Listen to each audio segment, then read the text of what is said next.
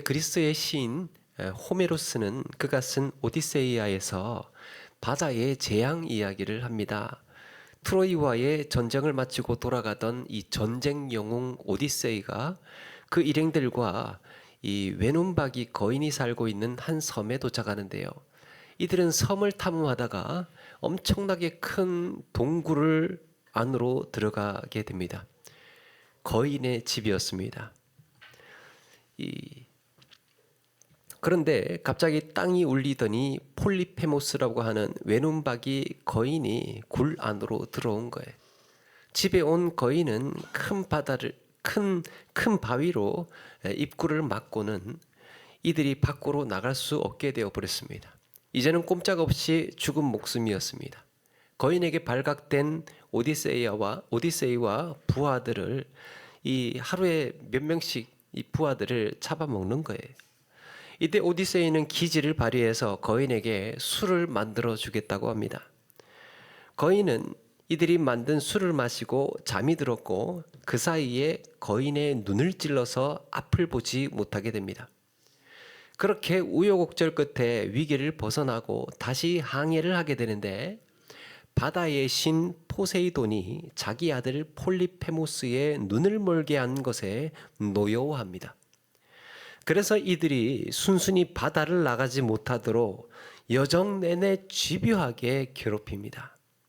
그렇게 오디세이는 긴 세월 동안 거친 바다를 떠돌면서 생존을 위한 사투를 벌여야 했습니다.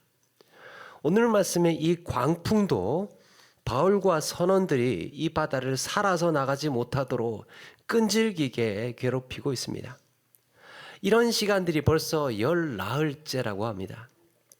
베닉스 항까지 한나절이면 갈 수 있는 거리를 이 광풍 때문에 벌써 열 나흘이나 끌려다니고 있습니다. 1세기에 나무로 만든 배가 곡식이며 화물을 잔뜩 싣고 거기에다가 거의 300명에 가까운 사람들을 태울 수 있는 배라면 그 규모가 어느 정도인지를 짐작할 수 있습니다. 그런데 이렇게 큰 배조차 거대한 광풍 앞에서는 그저 나약한 조각배에 불과했습니다. 그렇게 바다 위를 떠돌던 배에 기적 같은 일이 일어납니다. 밤 12시가 되어도 이들은 잠을 자지 못하고 광풍과 씨름하고 있었습니다. 그런데 사공들이 뭔가 육지가 가까이 있음을 직감하게 됩니다. 캄캄한 밤에 광풍이 휘몰아치고 있는데 앞이 뭐가 보이겠습니까? 아마도 뱃사람들의 오랜 경험에서 나온 감각이었을 겁니다. 육지가 지금 다 와가고 있는 것 같다. 그래서 28절에 물을 재어 보니 20길이 되고 조금 가다가 다시 재니 15길이라 그랬습니다. 그들은 정말 육지가 가까이 왔는지 확인하기 위해서 물 깊이를 재어 보게 됩니다. 당시에는 납덩이를 줄에 달아서 물의 깊이를 재었다고 합니다. 그 깊이를 재어 보니까 20길. 우리가 한 길, 두 길 이렇게 할 때 그 한 길이 원래 사람의 키를 가리켰는데 여기에 쓰인 오레고라고 하는 단어는 성인 남자의 양팔을 뻗었을 때의 길이를 말한다고 합니다. 그래서 한 길 대략 180이라고 하는데요. 20길이면 36m 정도의 깊이였습니다. 또 조금 더 가다가 재어보니까 15길. 한 27m 정도의 깊이가 된 거예요. 이제 물이 점점 얕아지고 있었던 겁니다. 물이 얕아지고 있다는 것은 육지가 가까운 데 있다는 사인이어서 반가운 일인데, 그런데 배가 해안에 가까워진다고 해서 무작정 좋은 일만은 아니었습니다. 항구가 조성되어 있지 않은 해안은 어디에 어떤 암초가 있을지 모르기 때문에 밤에 캄캄한 밤에는 움직이지를 말아야 했던 거죠. 게다가 광풍이 계속 치고 있는 가운데 암초에 부딪히기라도 하면 배는 육지에 닿기도 전에 부서지고 침몰해 버릴 수가 있었습니다. 자, 이때 선원들의 불안과 긴장, 두려움은 한계에 다다릅니다. 배가 암초에 충돌하지 않도록 닻을 4개씩이나 내려놨는데 육지를 이제 코앞에 두고 폭풍 속에서 그렇게 붙들려 있다 보니까 마음에 조바심이 생기는 거예요. 이 밤이 무사할 것 같지가 않습니다. 세상에 보름 가까이 제대로 먹지도 자지도 못하고 지칠 대로 지친 이들은 정말 한시라도 빨리 배를 벗어나서 땅을 밟고 싶었습니다. 그래서 무모한 행동을 하게 됩니다. 배 앞쪽에다가 몰래 구명보트를 내리고는 탈출하려고 한 거예요. 보름간의 광풍에 시달리던 이들은 판단력을 잃었습니다. 폭풍이 휘몰아치는 밤에 이 큰 배도 버티기가 어려운데요. 육지가 가까이 있다고 해서 구명보트를 타고 나간다면 어떻게 되겠습니까? 나가자마자 파도에 휘말려서 보트가 실종이 될 게 뻔한 일이었습니다. 그래서 선원들이 또 거기다가 선원들이 없으면 이 배는 또 누가 움직이겠습니까? 그렇게 되면 남은 군인들이며 죄수들도 위험에 빠지기는 마찬가지였습니다. 바울이 그걸 발견하고 붙잡죠. 이다 당신들 다 죽는다. 뿐만 아니라 군인들의 불안과 스트레스도 있었습니다. 날이 밝아오자 육지가 눈에 들어옵니다. 접안을 하려고 해안으로 가던 배가 점토층에 좌초가 되어버렸습니다. 배 앞쪽은 점토에 처박혀서 꼼짝을 못하고 배 뒤쪽은 거센 파도가 때리고 있습니다. 이 와중에요, 군인들이 걱정이 한 가지 생겼습니다. 아니, 이러다가 죄수들이 바다에 뛰어들어서 해안으로 도망치기라도 하면 어떻게 된다는 건가? 더욱이 이들이 로마까지 가서 처벌받아야 할 정도의 죄인들이라면 매우 큰 중범죄를 지었을 가능성이 크죠.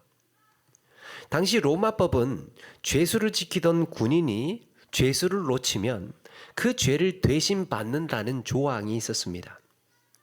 사도행전 12장에 주의 사자가 감옥에 있던 베드로를 꺼내줍니다. 다음 날 베드로가 사라진 것을 알고 헤롯은 베드로를 지키던 간수를 죽이게 됩니다. 마찬가지로 이날 군인들도 이렇게 놓칠 바에야 차라리 그들을 죽이는 것이 안전했습니다.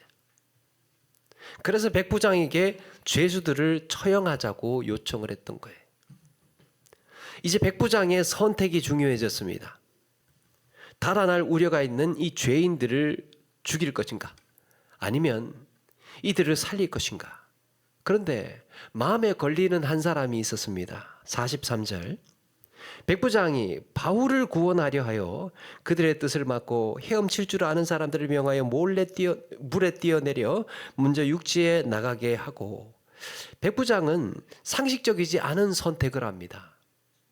이런 특수한 상황에서는 군인들이 요구하는 대로 죄수들을 죽이는 게 그들에게는 당연한 판단이었을 겁니다. 아마도 평소 같았으면 그렇게 했을 거예요. 그러라고. 지금 이 상황에서는 그럴 수밖에 없다. 그런데 바울이 죽을까 봐 군인들의 요청을 막습니다. 그렇다면 왜 백부장은 바울을 살렸을까? 왜 한 사람 살리자고 이런 자기 위험을 감수하고 있을까? 이들이 만약 도망이라도 정말 하기라도 하면 자신이 그 책임을 다 져야 하는데 왜 이런 위험한 선택을 했다는 말인가? 첫 번째, 말씀대로 이루어지고 있었습니다. 백부장은 말씀대로 이루어지고 있는 이 상황을 주목하고 있었습니다. 항구를 떠날 때만 해도 멀쩡하던 날씨가 바울의 말대로 광풍을 만나서 이 고생을 지금 하고 있는 거예요. 또 바울은 하나님의 말씀에 의지해서 우리가 반드시 한 섬에 걸릴 거라고 했습니다. 항로를 이탈하고 수일이 지났고 이제 망망대해에서 표류해 버렸습니다. 바다에 점 하나에 불과한 섬에 걸릴 확률은 거의 희박했던 거예요. 그런데 어떻게 됩니까? 역시 그의 말대로 한 섬의 해변이 지금 눈앞에 보여지고 있는 겁니다.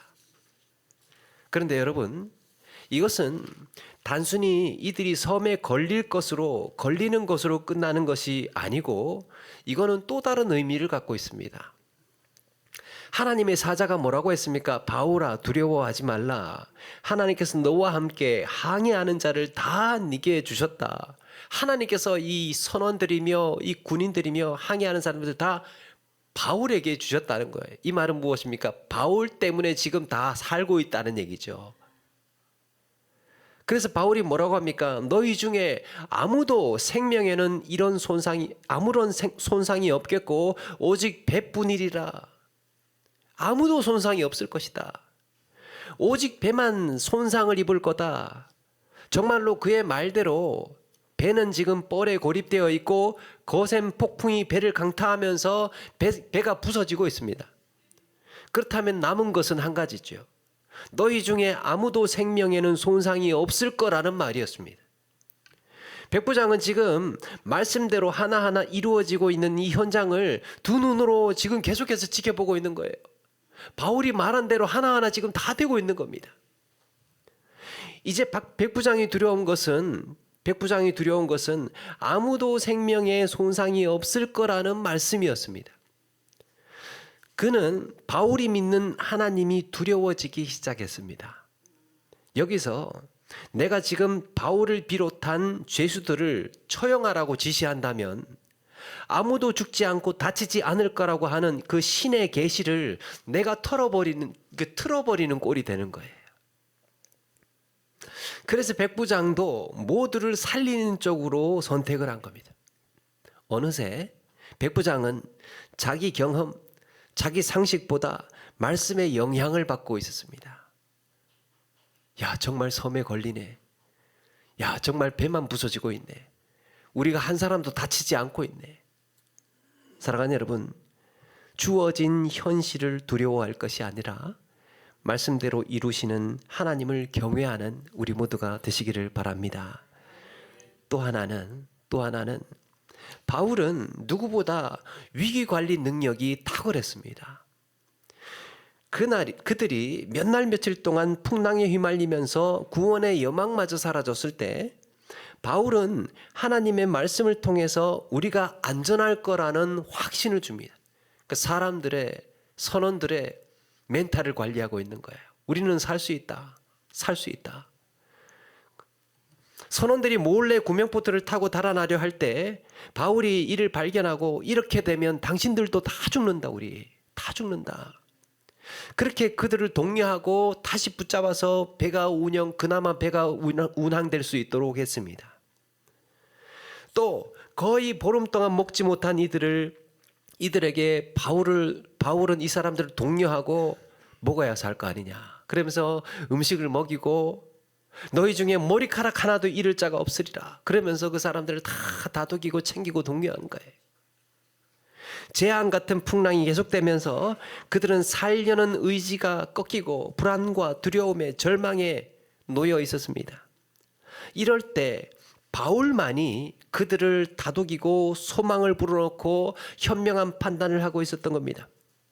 사실 백부장도 불안하고 두렵기는 마찬가지였습니다. 그런데 이런 위기를 믿음으로 대처하는 바울의 모습은 백부장의 마음을 움직였던 거예요. 백부장은 이런 바울을 가치 있는 인물로 여겼고 저 사람은 살려야 되겠다. 우리 일행이 살려면 저 사람이 있어야 되겠구나. 이걸 또 안 겁니다. 그래서 바울을 꼭 필요한 사람이라고 판단했습니다. 심리학자 김경일 교수님의 이끌지 말고 따르게 하라 라는 책이 있는데요. 거기에 위기 때는 엉뚱한 사람이 끌린다라는 제목의 글이 있습니다. 위기 때는 엉뚱한 사람이 끌린다. 리더는 어떤 사람이 리더냐? 리더는 위기를 만났을 때 위기를 해결하는 사람이 아니라 위기를 해결할 수 있는 사람을 찾아서 앉히는 사람이랍니다. 그런데 위기를 해결하는 사람들을 보면 보통은 엉뚱한 사람인 경우가 많다는 거예요. 이들은 평소에는 좀 비상식적이고 분위기를 잘 못 맞추고 좀 맞지 않는 이야기들을 좀 자주 하는 거예요. 그런데 위기 순간에는 매우 강한 힘을 발휘한다는 겁니다. 그 원리가 이런 거예요. 예를 들면 갓난아기와 기저귀가 어울리죠. 그리고 스마트폰과 폰 케이스가 어울립니다. 또 지갑하고 명함 지갑이 어울립니다. 그러니까 평소에는 어떻습니까? 갓난 아기를 챙기면 기저귀도 같이 챙기는, 이게 세트로 같이 챙기는 거예요. 스마트폰을 챙기면 거기에 스마트폰 케이스도 같이 함께 들고 다닙니다. 지갑을 챙기면 지갑과 명함 지갑도 같이 챙기는 거예요. 이게 서로 연관성이 있는 조합이죠. 연관성이 있는 조합. 자, 그런데 평소에는 이렇게 연관성이 있는 조합으로 챙기는데 만약에 어느 날 집에 불이 났습니다. 집에 불이 났어요. 긴박한 위기 순간이 온 겁니다. 이럴 때는 연관성이라는 원칙이 깨지고 새로운 카테고리가 생기는 거예요. 뭐가 생기느냐? 중요한 아기와 스마트폰과 지갑이라는 새로운 묶음이 만들어집니다.